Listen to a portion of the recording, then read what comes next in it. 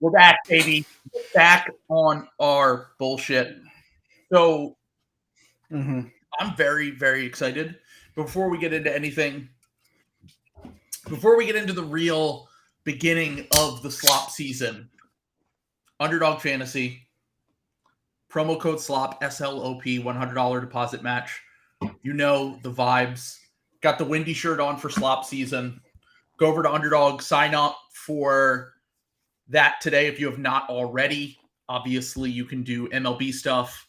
They have NFL stuff up on there already for higher, lower on your favorite players' stats for next season in the NFL. They also have Best Ball Mania, where you can draft your own fantasy team for the entire season. So if you've not already, check that out. And then, we'll be back with the NBA stuff. They also have some WNBA stuff if you follow that as well. So sign up for Underdog if you have not already. Sam, we have a trade. So we have a real trade. John Collins traded. I was getting pissed because leading up to the John Collins trade, the slop was really bad today. We were getting notifications from Chris Haynes about Stanley Johnson working out for the Suns. Stanley Johnson being the best player and name that worked out for the Suns. And I was starting to get worried. I was like, oh no, are we going to have to wait a few more days for anything to really happen? And then Woj comes through. Obviously, I don't know where Shams is right now, probably being investigated by the federal government for his tweets. The Catch Me If You Can style is being pursued by Tom Hanks. Shams? Catch me if you Shams. What was it? Fuck, what was his name? Frank. What was Catch Me If You Can's name? Frank Abagnale. Thank you. Yeah, he's running a very Frank Abagnale style life right now. Yeah, he's on the run right now. The Wolf of Y'all tweets. There we go. That's points from Tobias Harris, dad agent. Let's go. God. Yeah. Someone said he's. Sam, you might not get this reference, but they said that Jonathan said that he's trying to. He's TK right now, trying to beat a case. And someone tweeted back and said TK Adams, which I thought was pretty. That's there we go. I get that part. I like that. He's currently Shams is currently doing the race, but Woj is here to hold us down. Mm-hmm. And it comes through with the John Collins trade that we have been waiting forever for. We can finally retire John Collins from what is the Mount Rushmore of guys who are always going to be traded but never actually get traded, along with Jeremy Grant.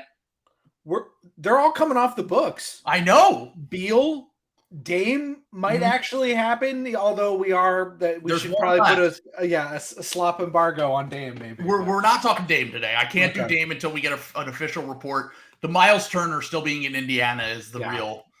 Miles Turner is the last pillar that is still standing in the fake trade world, and I would imagine that John Collins will probably now be replaced by DeAndre Ayton, which I don't think he's going to be traded anytime soon.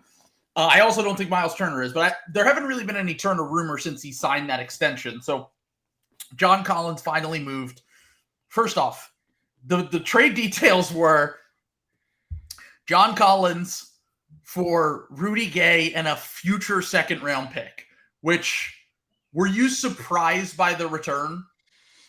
Honestly, even I always knew John Collins was not going to get the return that people expected.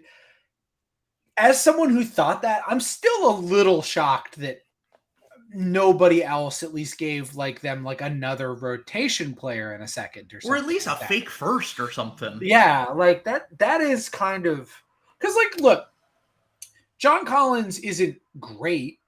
But there are plenty of teams that are trying to win regular season games. Yeah. And I think John Collins helps you win fake regular season games. That's kind of, weird. I don't know. I think the John Collins stuff has gone a little bit too far the other way. He's not a good 3-point shooter, but he can shoot a 3-pointer as a 4. He's rim threat. He doesn't really protect the rim, but he is an above the rim threat on offense. Like, I feel like that guy does have a role, just probably not at that price tag. But like, it's perfect for Utah. I mean, I think they basically got like a pretty good player for pretty much nothing, and a player they've been interested in since Ainge got there. Yeah.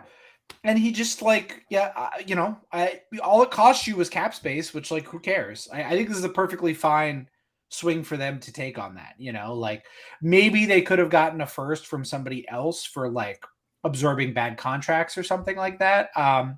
But Utah's like always been a little bit more competitive than some of these other like bottom of the barrel teams. So yeah. I think it's fine to like, they're going to be in the hunt for the play-in this year, I think, anyway. If they keep the roster as it is, and I like their draft, and we'll talk about that a little bit later, but like, between that and like, we'll see what they do with these remaining moves, because there are other guys that they've put on the trade block, apparently. Colin Sexton, Kev's idea, which has kind of been your idea, which is that they're going to flip Lauri Markkanen. This kind of leaves a little bit more possibility for that, I would say. Lauri can play the 3, but he's mostly a 4. And Collins is a 4-5. Walker Kessler's a 5. And they just drafted. If anything, this indicates to me Kelly Olynyk is definitely gone. Like, I would imagine Kelly Olynyk is probably one of the guys that they will certainly move. If that happens, I'm going to become the Joker. Oh, because I am going to become the Joker if that happens. Because he's going to go for nothing, and you guys just traded Smart for Porzingis. And yeah, because we absolutely needed a 3-point shooter to stretch the floor. Yeah, 3-point shooting big who can defend, and like that's kind of Kelly's thing. Like, he's not a bad defender, and yeah, he's like a totally. I think he's probably a better defender. Like, he's not a better rim protector, but I think he's a better overall defender than Kristaps Porzingis is, to be honest. But anyway, neither here nor there. I don't want to talk about it. I had teenagers screaming at me for 3 days straight about the Smart thing. I don't want to deal with that right now. Yeah, I mean, I think Kelly Olynyk is a good player. I've always thought that. I thought he was good in Miami. He's been good pretty much everywhere he's been and contributed to winning basketball at a lot of the places he's been. Remember that half season he was in Houston and was like amazing, and everyone was like, what? It was the end of the 2022 season, wasn't it? Yeah, the 2021 season. Yeah, it was. They traded him. Houston traded him for Victor Oladipo in 2021, and he had that little run.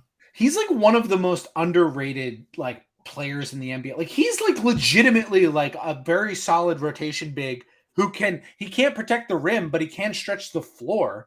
Like, he's better than like Bertans and a lot of these other like so-called sharpshooters. Like, I think he's like a 37% 3-point shooter. Let me fact check myself while we. No, he's a good shooter. He's a good shooter, and more importantly, he's a willing shooter as a big. And the other thing about this is like, they just drafted Taylor Hendricks last week, who is career 36.8. So my 37 for above average and above average, and for a big, that's really good. Like, I mean, like everyone always talks about like 3-point shooting bigs. Other than like Cat and Jokic, well, even Jokic's numbers aren't that great. But even other than Cat, there's really no high volume, really good centers who shoot threes in terms of like even like everyone's like, oh, stretch 5, Miles Turner. Like, Al Horford's kind of become that over the last few years.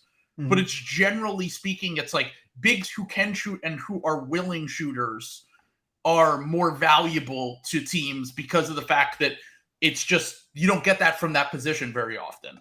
But I just want to throw this out there. So I do think that is a possibility that they could potentially sell high on Lauri. I would imagine Olynyk being moved is the more likely scenario here, because unless you just want to completely bury Taylor Hendricks, who is more of a 4. I think he's probably athletic enough that he can play the 3, but you're just getting to the point where you're like, all of your best players are in the front court. Like, all of your guys, your top 10 pick you just got, your all-star from last year, your guy you just acquired who's been like the 3rd or 4th best player on a team that made the Eastern Conference Finals not that long ago, Walker Kessler, who was up for Rookie of the Year last year. Like, you're getting to the point where you're just getting incredibly crowded in the front court.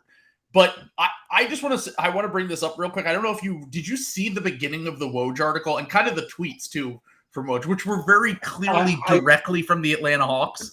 I was just saying they got what was it? What is the exact word to use? Astounding financial flexibility. In the article, it says in a deal that delivers the franchise dramatic financial flexibility. That's what the Atlanta Hawks are trading for John Collins to the Utah Jazz, which is just such a funny spin when it's like, hey, you know that guy that we gave a $125 million contract and was one of the best players on our Eastern Conference Finals team not that long ago?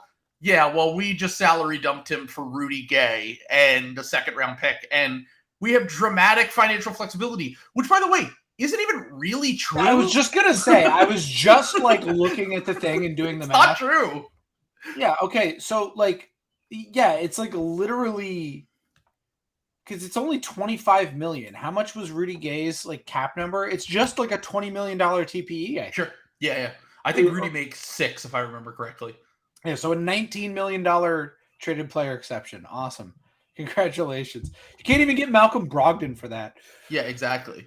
Yeah, so there's that element of it. Like, you get a $19 million traded exception, and then you still have to figure out what you're going to do with Clint Capella. And my guess is that they could maybe eventually look to move Capella or DeAndre Hunter in a similar salary dumpish move, and then maybe get like a first-round pick for Capella back or something. And then, because they're going to want to start a Kongwu, I would imagine, next year. They just got Sadiq Bey.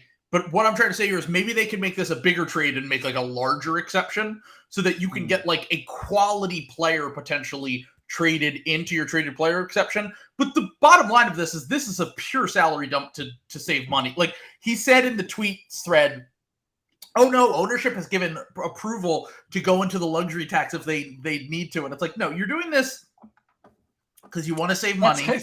That's funny because this trade almost exactly gets you out of the luxury tax. Yeah. Oh, what are the odds?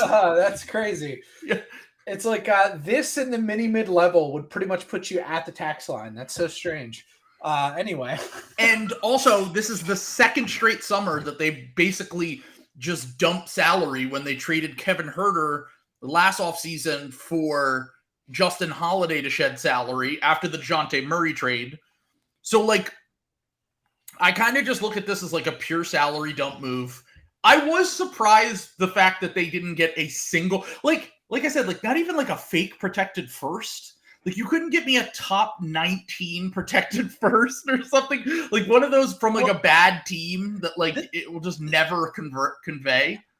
I think that's why it is a salary dump. Like you're telling me Utah wouldn't have thrown Kelly Olynyk in this deal instead of like Rudy Gay? Well, that's the thing. Is like they viewed it as Atlanta viewed it as this is a salary dump because we could have gotten some real guys. Like Kelly Olynyk would play for them next year, and the reality the reality, and we can't really say until we see all of their moves this offseason, but the reality of it is they preferred getting off the salary entirely and bringing back no salary in order to dodge that luxury tax, in order to get like an exception that they could say, oh, maybe we'll use it. But we know the large majority of trade exceptions never get used anyway. Brian, I don't think that's true because unless the numbers are off on Fanspo, Rudy Gay is supposed to make 6.4 next year, and they have a 6.2924. Maybe that was this year. Maybe I'm looking. So they haven't. So hold on, Sam. You got to explain for people on audio. Okay, sorry. So, I'm verifying this. So what Brian said in the comments that the reason they did this was to make a traded player exception for they get the full traded player exception because they had a traded player exception to take Rudy Gay back. So if you trade into a traded player exception, this is like what I was talking about, the traded player exceptions, shell game stuff. You end up with, you can make one big one. And that maybe is what they did here. Because I was going to say, I didn't think that was true. But if they did it today, it's before I'm pretty sure this is before the new salaries take over. Yes. Because Rudy Gay's would be 6.4 next year. And I'm just trying to verify that Rudy Gay was 6.2 or lower. Yes. Okay. Bobby March just tweeted this. Atlanta will acquire Rudy Gay with a $6.4 million prior traded exception, which means that they will create a new exception that's 25.3. So they now have a traded player exception that is over $25 million. I don't understand how it's because that was Justin Holiday's salary was 6.29. So either Bobby just shorthanded it, like looked up Rudy Gay's thing and was like, 6.4, close enough. Maybe it's not. Maybe the 6.4 isn't fully guaranteed. Maybe there's some trade kickers in there or something that like could help get that. But ultimately, if they get a $25 million exception and actually use it, I would view this trade differently. But like we said, like the Celtics did this for years. I know the Sixers have let traded player exceptions expire. Like we just saw one get used at the draft the other night by the Mavericks, but like largely these traded player exceptions mean nothing. They never are used. It's like 85% of them are never used in any capacity. So, okay, I would say the difference is we're entering into a new era. The Queen has entered a new era. The league has entered a new era where salary is important. By the way, I did check out Rudy Gay's last salary was 5.8. So yeah, that's definitely what they did is they did it before the new CBA. Yeah, exactly what this guy Anil is saying. Yes. So there we go. Mystery solved. They did it today because if they did it on July 1st, his money would be too big to fit into the exception. They had to do it today or before July 1st in order to finalize this trade. So yes, they do have a full $25 million trade exception for John Collins. I think that is going to be huge for them because there are going to be a lot of teams like the Hawks are now going to be able to get like Malcolm Brogdon for free. Or I'm just using Malcolm Brogdon. No, you're trying to get rid of Malcolm Brogdon. No, you're not getting away with this. I'm using it as an example. Malcolm Brogdon, that's probably who I would go after. But like in all seriousness, I think that you are going to be able to like get yourself into a different class of guys, and people are going to be trying to like cut money for like really good players. Yes, they could have been in the Marcus Smart sweepstakes if the Celtics had held on to them. That's a player that really could have helped the Hawks.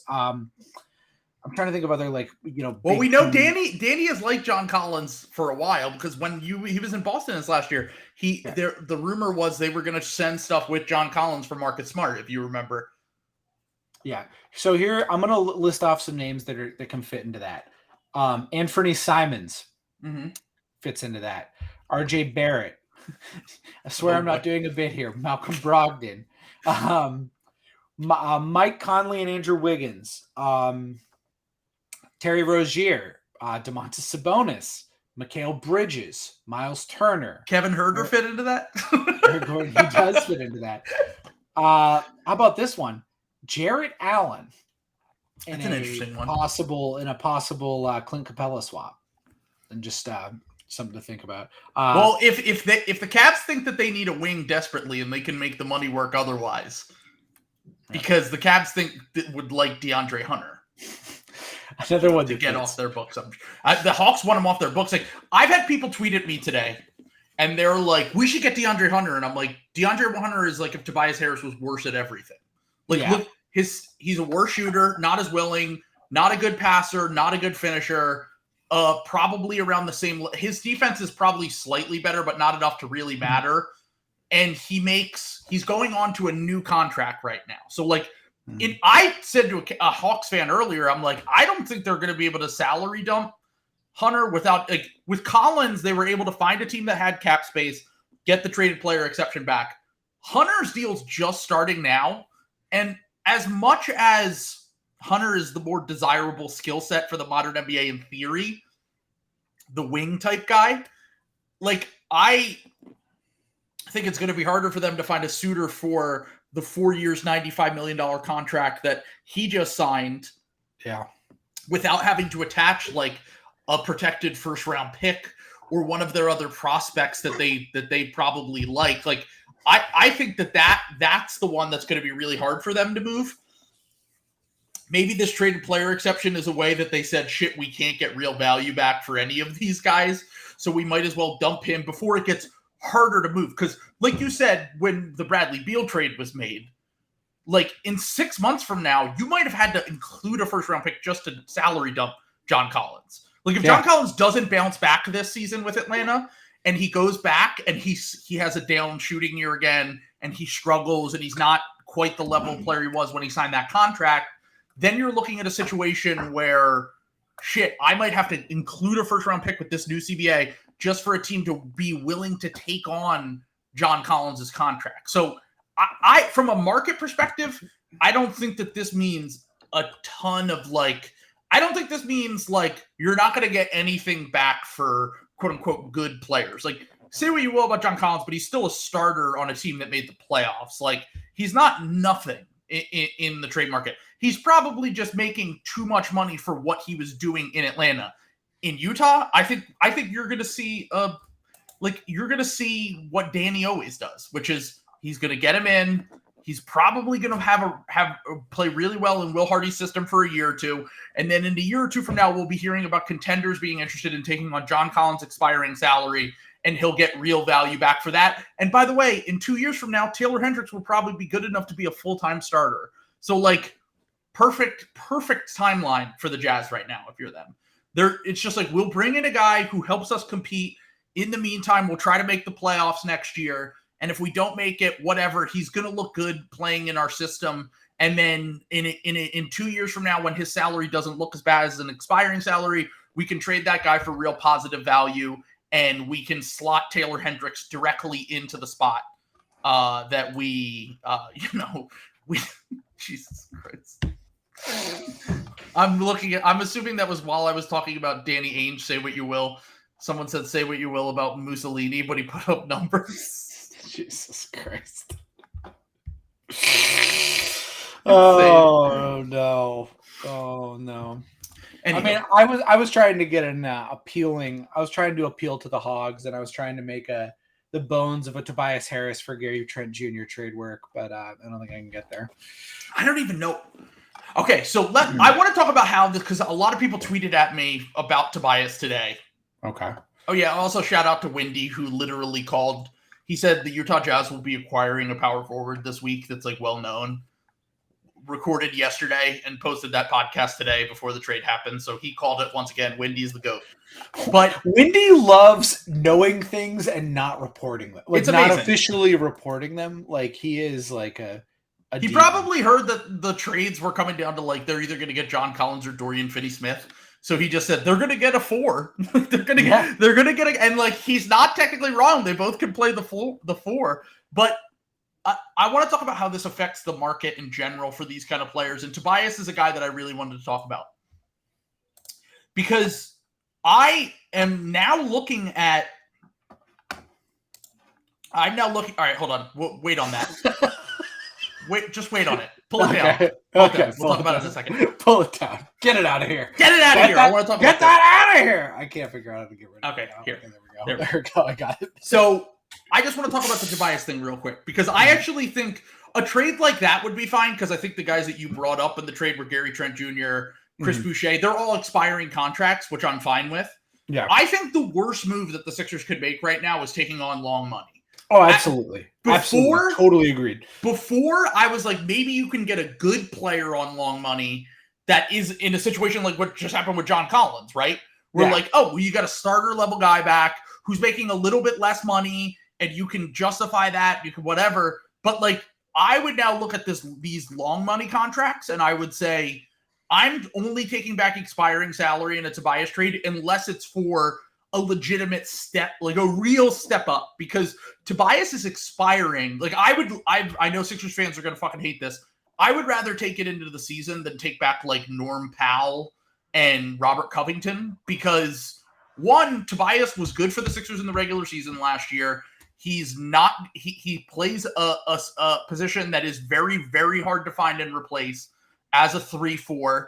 Mm-hmm. And they don't have anyone to replace him currently on the roster. If the Sixers were to trade Tobias Harris, even for like Gary Trent Jr. or for like Buddy Hield or whoever, like you're going into a situation where they really only have true wings, not like guard wings like those guys are. True wings on the roster. You would have 38-year-old PJ Tucker, and if Jalen McDaniels walks, that's it.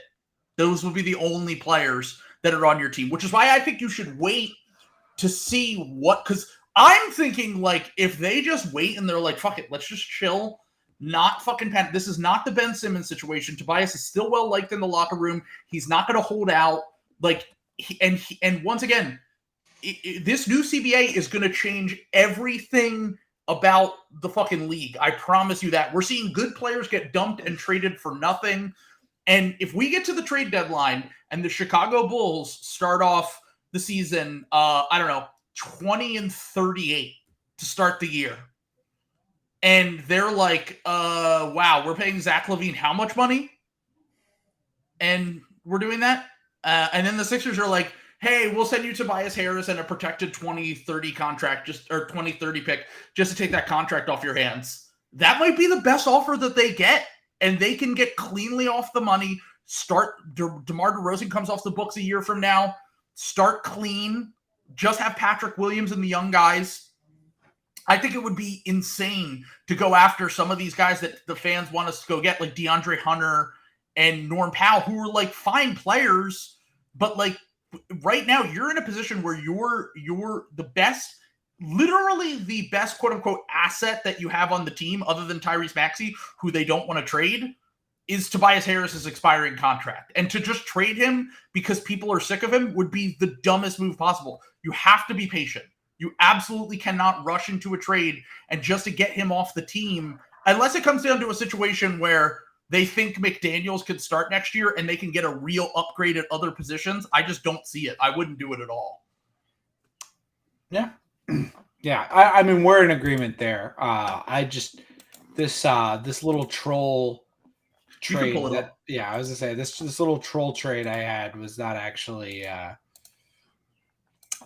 it doesn't actually solve a lot of the problems you're saying.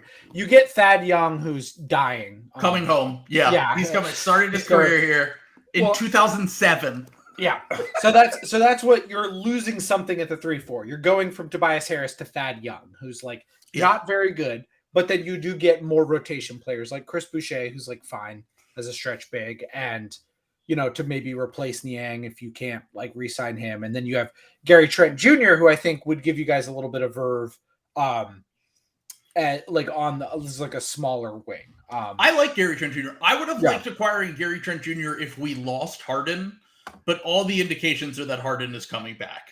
But like I would have loved to acquire a player like him if we were losing Harden, like an athletic 2 who can maybe, if you squint, play the 3. And he's like strong and athletic and he can shoot. Like I would like that. But I just with Harden coming back, like I don't think we're in a situation where you can trade a starting player that plays on the wing for bench players. And like that's what these players would be on the Sixers. Even if Gary Trent Jr. is maybe like a little bit better than Tobias Harris. Yeah. And there's just like a lot of guys, like Tobias just makes too much money for some of the other guys. And you can't quite get like a 3-4. Like I was like looking at like Lou Dort, or I have an idea of what, for this kind of trade though.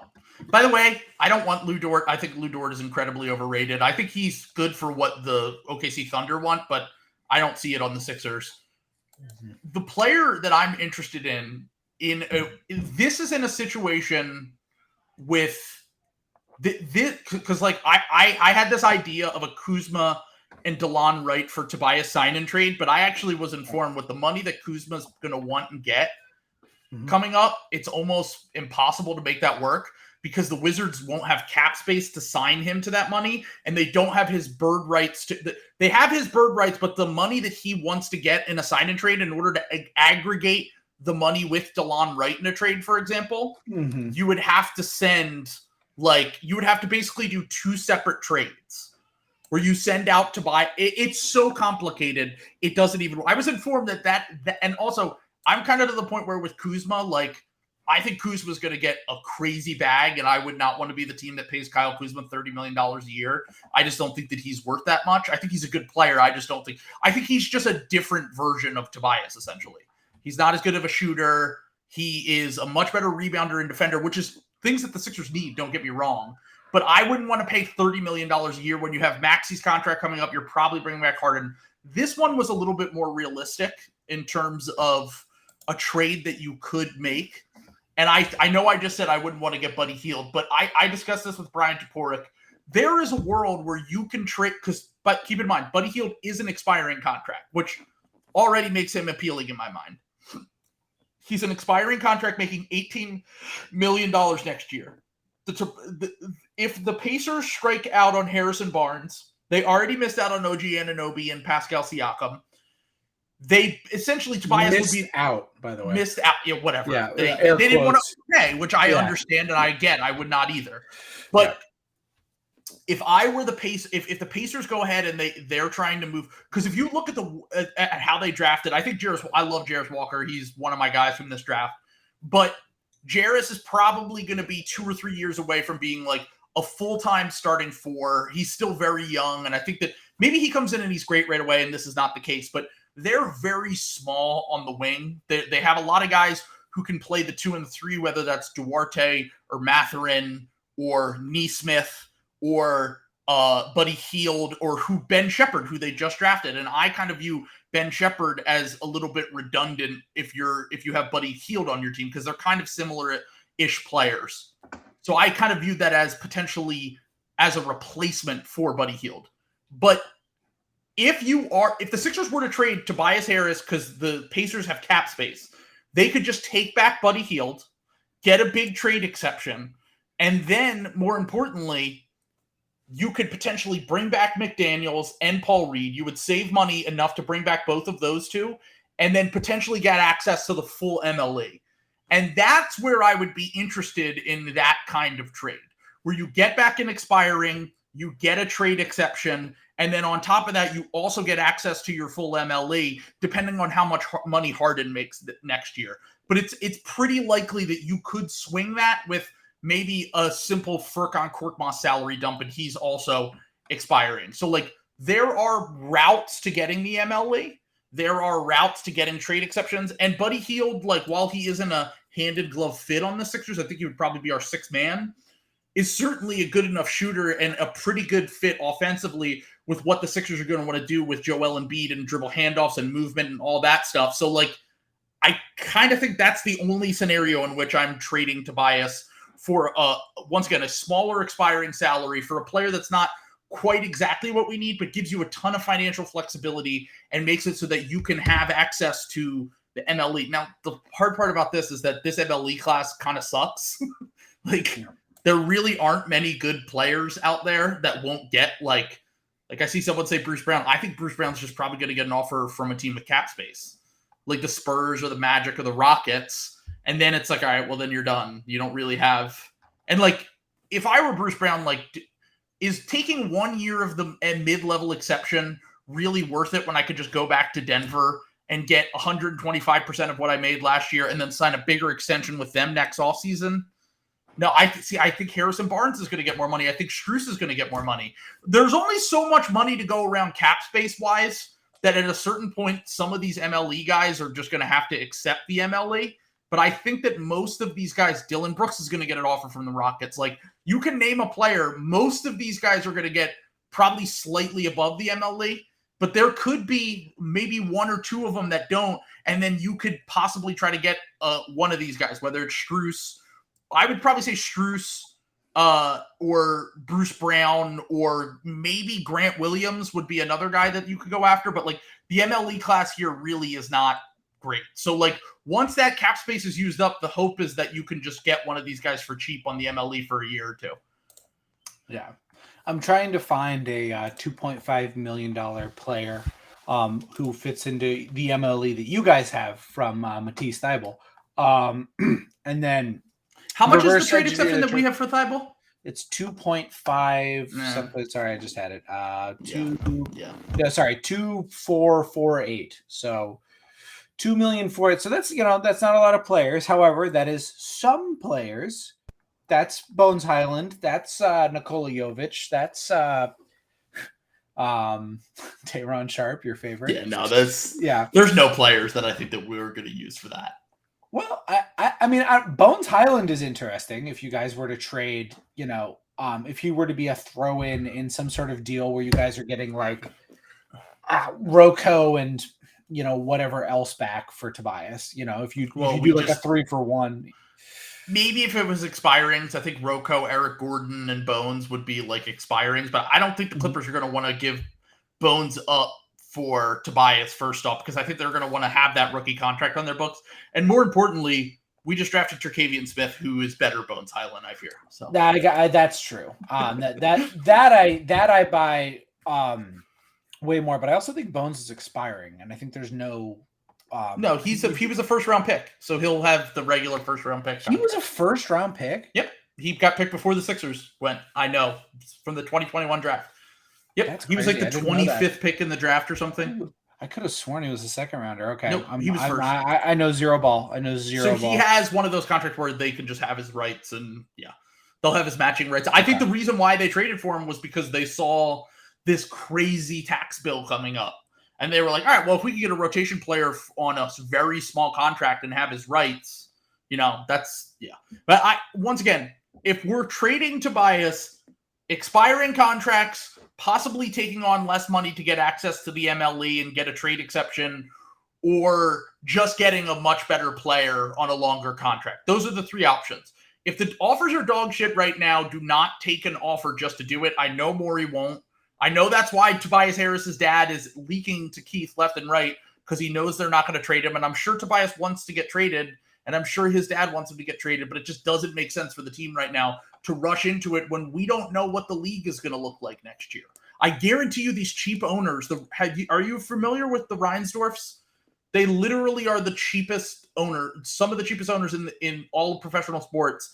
And they will be looking to cut salary like crazy next year because the Chicago Bulls are going to be incredibly uncompetitive compared to what their expectation was. So just wait. Don't rush it. Don't do anything stupid, and see what you can get back potentially, because we're all going to be really pissed if we traded for Norm Powell and the Bulls don't want to take on Norm Powell's money and Zach LaVine is available for us, who is basically the 175th percentile outcome of Norm Powell. So anywho, rant over. So I just had to get that off my chest. Let's move on from the John Collins stuff before Max and Chuck join us to talk about the draft. Let's talk about the Naz Reid contract that was signed. Now, this was kind of confusing to me because I didn't realize that Naz Reid technically could be extended this week still because of his contract. He got the max extension on his contract, which was 3 years, $42 million. So technically he was allowed to sign before free agency due to that. So he got $14 million per year. And now the Timberwolves in 2023, 2024, 24, 25 will be paying, if they keep their team as it is, will be paying $109 million for centers. If I believe I have that correctly. So this definitely, first off, I think it's a fine deal for Naz Reid. He's a good player. 14 million's fine for one of the best backup bigs in the NBA. Good young player, still really young. I believe he was a pretty young guy when he got drafted. I think he's 23 or 24 right now. Like, still got some upside. I think potentially could be a starting level center eventually. So right now they're paying like someone said to be 65% of the cap to centers, and next year it will be over 75%, I believe, which is insane to pay that much to two or to three players in Rudy Gobert, Cat, and Naz Reid. But I think this definitely indicates there has to be a Karl Anthony Towns trade coming, right? I mean, you would think. The thing is, the rest of their roster actually isn't that expensive, though. Right now, yeah. Like you've got Rudy Gobert at 41 a year. Cat is 36 a year. And what is the annual value work out to on Naz Reid's deal? Like 12 or 11, something like that. 14. It was 14. Okay, so even with all of that, you've got Mike Conley at 24, and then you go to you dip to Anthony Edwards at 13.5 for next year. But then he's going to get the max extension this offseason. He is going to be due for an extension, and then you drop to Kyle Anderson 9.2, Taurean Prince 7.4. So you're actually okay for this year. you actually probably are going to be under the tax this year, assuming you don't re-sign Nickeil Alexander-Walker to something crazy. But and then Mike Conley comes off the books, and that probably bridges the gap between your Ant money and your Mike Conley money, to be honest, depending on if he qualifies for the Supermax, that totally changes things. But it's like possible. I don't think Ant is like a Supermax shoe-in qualifying guy. Like, do you think he's got to make an all NBA team next year? I mean, there's just a lot of really good guards. Like that's the one tough part about it is that like, unless they're cheating and they're making him a forward when he's very clearly a guard, like he is like wing size because he's just like huge. But I mean, more importantly to me, positions don't matter for all NBA anymore next year. He could make it. I mean, he's going to be what, 22 next year? Yeah. If Anthony Edwards is one of the 15 best players in the NBA next year, I think they're going to try to make him one of the faces of the league moving forward. And if that's the case, I could easily see him making all NBA next year. But I mean, it's not a lock by any means. I mean, he's probably still in the all-star tier, not the surefire all NBA tier, but he could get there. But more importantly, they also have to re-sign Jaden McDaniels. Yeah, that's the last part that I was going to make an all-NBA team next year and probably make a lot of money himself on that extension. So they have to get rid of an all-defense. All defense. Oh, okay. I was like, hold on. No, McDaniels is not an all-NBA player. He's an all-defense player. He should have made all defenses last year. But what I'm trying to say here is that they have to get rid of Karl Anthony Towns. They might be able to hold off until next offseason. The thing is because of the timing from when he signed that contract, he's not able to be traded until June 30th, which is Thursday. Do we know when the new CBA kicks in? Is it Friday when free agency start? No, it's after this year. I'm pretty sure. But like the new okay. So what I'm trying to say you mean the new like pay grades, like the new salary cap, the new CBA as it's written up for like the rules and stuff taking effect. Yes. Okay. Yeah. So that July 1st is when that all rolls over. I remember because they used to have the moratorium, which was very silly, and you'd have all these like guys getting signed and like.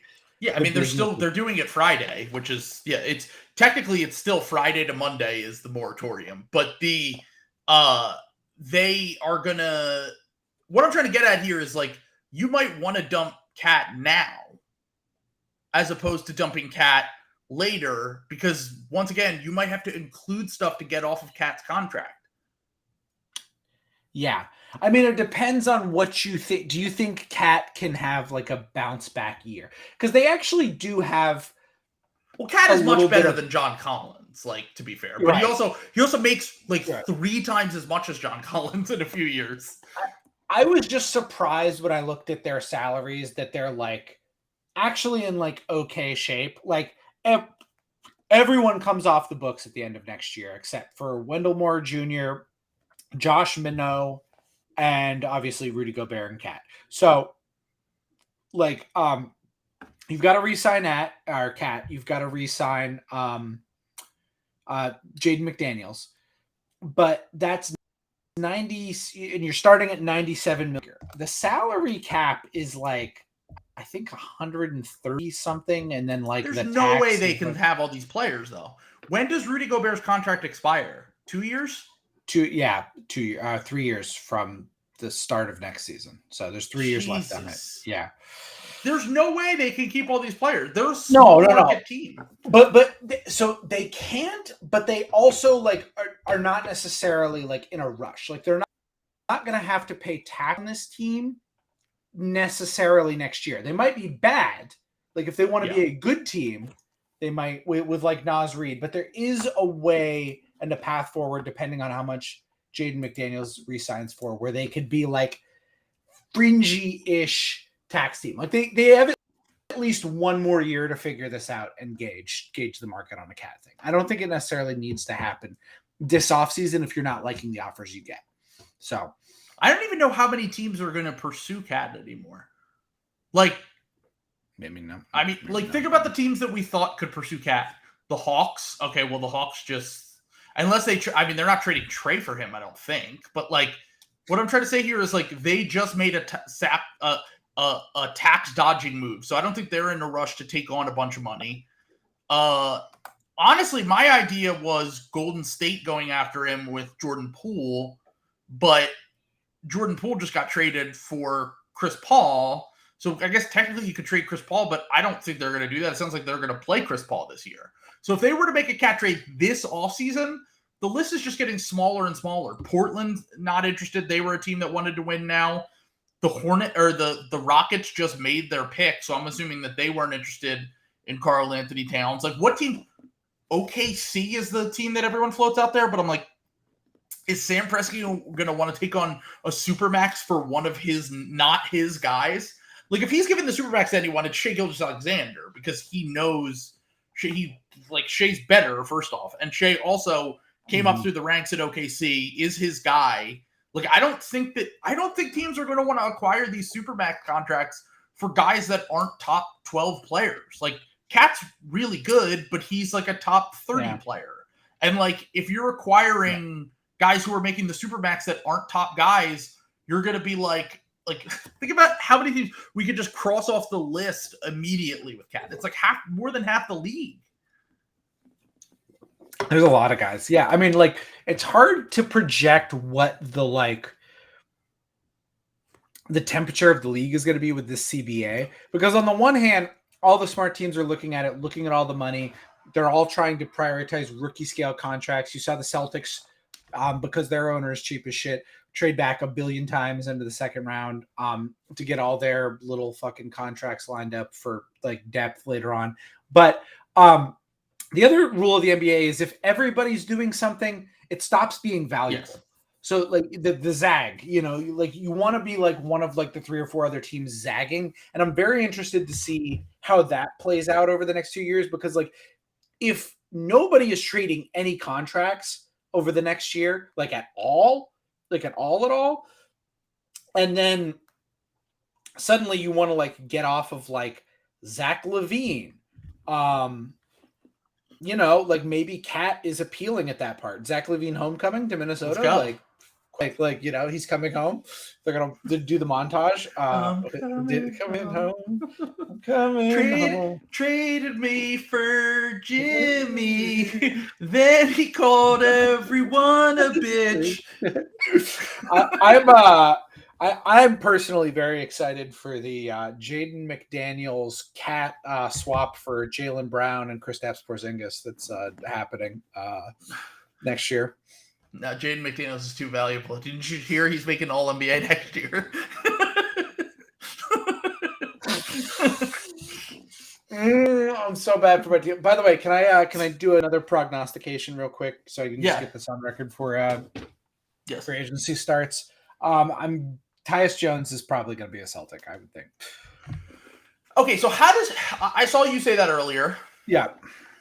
I assume they want Tyus Jones. Yeah. My thought was, why don't you just trade for Monte Morris instead? Because he'd be cheaper. Yeah, and he's expiring. He's cheaper, and also I think Tyus at least statistically, I in the playoffs he's better. I know that he struggled in the playoffs too defensively, but he at least will shoot above 40% from the field in the playoffs. Like Tyus's numbers in the playoffs are pretty brutal for. Right, but the thing is that the reason why I think Tyus Jones is the target is because of what he is good at, which is the creation. He's also expiring, by the way, like Monte Morris. Tyus Jones is a good player. Don't get me wrong. I'm not saying he's bad. He's better than Monte Morris too. Is he makes twice as much money? Better, and then you probably also have to extend him after next season. Yeah, it's like 14 million versus 9.8. Yeah, and then I mean. Do you need to extend him? You know, like you could just this could just be a one-off. You know, like he's expiring. I doubt the Wizards are like super interested in. Maybe they are. I don't know. This seems like to me because that Clippers deal fell through because the timing was weird because they had to get the Porzingis deal done. Yes, by midnight that night, and the clock was ticking. Clippers didn't have time for the medicals. that scuttled the trade because they were going to use the pick and everything. I would not be surprised now that the dust is settled, because it's very clear they folded Smart into this and Tyus Jones into this trade they had already had set up with Memphis. So I think that the plan this whole time was to get Kristaps Porzingis and Tyus Jones for Brogdon and Smart. And I would not be surprised to see them go back to that. The price is probably going to be steeper than what it was going to be originally. Like, they're probably going to have to give the Wizards like the pick they just got, or 3 or 4 of these seconds they just traded back for in the other deal. And then Brogdon would go to the Clippers once there's a medical done on him, and then Marcus Morris then goes to the Wizards, and they get a shitload of picks for their thing. So something like that. I'm keeping my eye out for that, because it just seems like the timing. It seems like that was what these teams were all trying to do. Everything fell apart. I think once there's the expanded timeline in free agency, that's probably... Now the thing is, the Celtics are going to have to give up more if they don't want.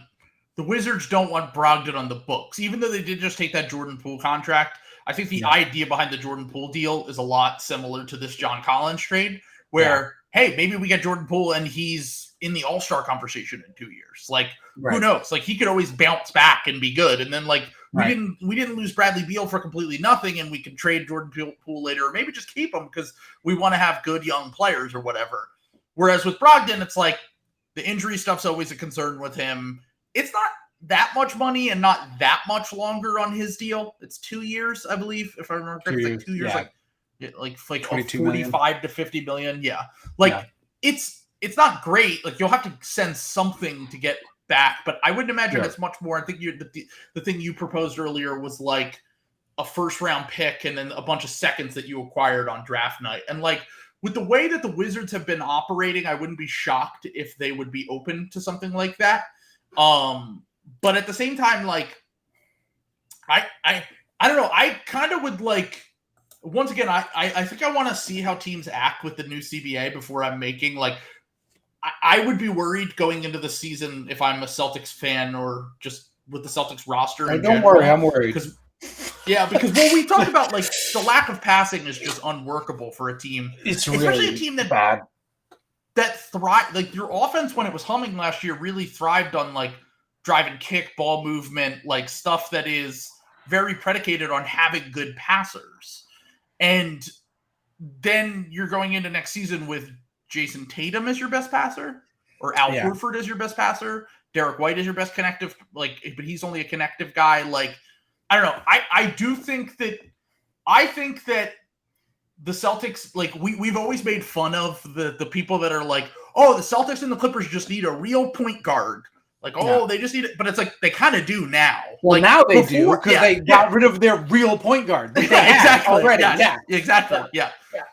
It's like, before they didn't need you didn't need a real point guard because Marcus Smart was good enough to be, even if he's more of a combo guard, the point guard on the team. And now you really have anyone who can get the best out of guys that we talk about, like Rob Williams. Like, Rob Williams' value goes down because you don't have Marcus Smart. And now I was owned, by the way, by people who were telling me, oh, well, Marcus Smart only assisted on 8 of Rob's baskets last year, so you're actually quite stupid. And it's like, no, I watched in the playoffs Malcolm Brogdon look off Rob again and again. I'm a Sixers fan, and I noticed it. Yeah, I